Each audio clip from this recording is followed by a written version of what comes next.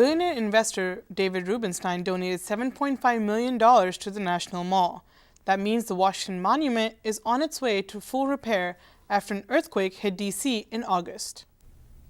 Baseball fans can look for a lot of new faces on the field this season as the Washington Nationals started their spring training in Florida this week.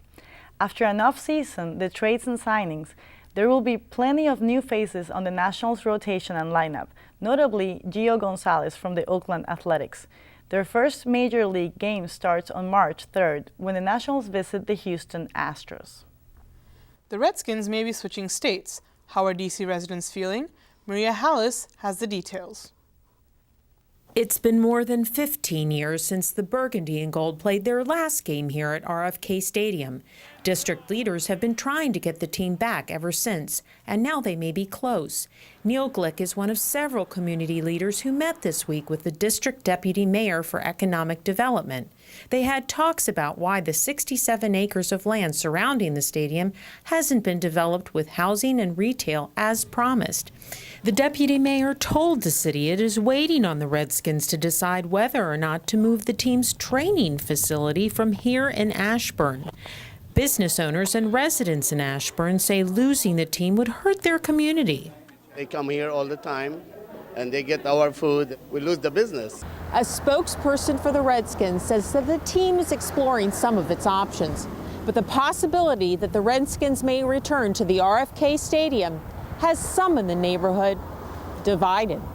Having Dan Snyder's training facility here is not necessarily going to, how is that going to help the neighborhood? But others are just die-hard Skins fans. We love the Redskins. We are fans in this household. I want them to be over here. We love them. Bring my boys home. According to Glick, it could be 30 days or it could be 6 months, but the team is closer than ever to coming back to D.C.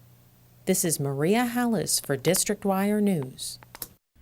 3 skiers died in an avalanche near a ski resort in Washington State's Cascade Mountains.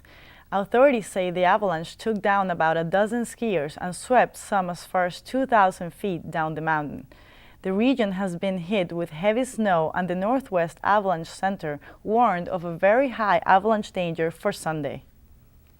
ESPN apologized to New York Knicks sensation Jeremy Lin after an offensive headline was published on the network's website.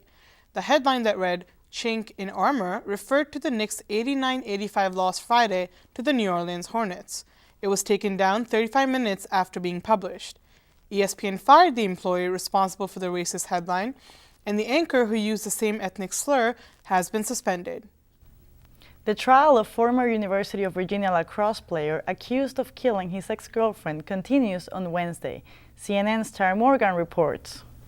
Trembling, Commonwealth's attorney Dave Chapman's own words brought himself and Yardley Love's family to tears. Chapman told jurors Love made a life-changing decision for her, her mom, and sister when she stayed home the night of May 2nd, 2010. During the late hours, Chapman says a drunk and angry George Hughley kicked in Love's bedroom door and beat her to death, just days after threatening to kill her by email. The medical examiner says Love died of blunt force trauma primarily from brain injuries. Chapman says there's no evidence Love moved from her bed for 2 hours before she died. He told jurors Love couldn't scream, that Hughley silenced her early on from either covering her mouth with his hand or forearm. But the defense claims Love died accidentally after a night of drinking. The 8th and final defense witness was Maryland neurosurgeon Dr. Ronald Ushinsky.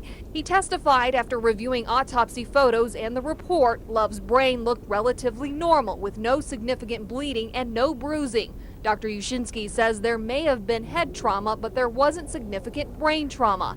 This is what Ushinsky said outside court. Can you tell us how you think she died, sir?